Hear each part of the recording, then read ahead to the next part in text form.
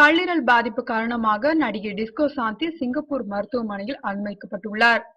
தமிழ் திரையுலகில் கவர்ச்சி நடனம் ஆடி வந்தவர் நடிகை டிஸ்கோ சாந்தி. மறைந்த நடிகர் CL ஆனந்தின் மகளான அவர் தமிழ் மற்றும் தெலுங்கு, மலையாளம், இந்தி, கன்னட மொழி படங்களிலும் நடித்துள்ளார்.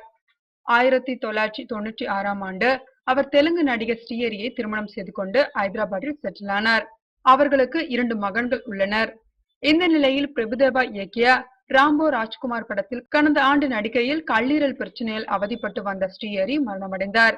அவரது மரணத்தால் டிஸ்கோ சாந்தி பேரதிர்ச்சி அடைந்தார். டிஸ்கோ சாந்திக்கு கல்லீரல் பாதிப்பு ஏற்பட்டது. இதனால் அவரது உடல்நிலை மோசமடைந்தது. இதனையடுத்து கல்லீரல் மாற்று அறுவை சிகிச்சைக்காக அவர் சிங்கப்பூரில் உள்ள தனியார் மருத்துவமனையில் அனுமதிக்கப்பட்டுள்ளார். அவரை அவரது சகோதரியும் நடிகர் பிரகாஷ் ராஜின் முன்னாள் மனைவியுமான லலிதா குமாரி கவனித்து வருகிறார்.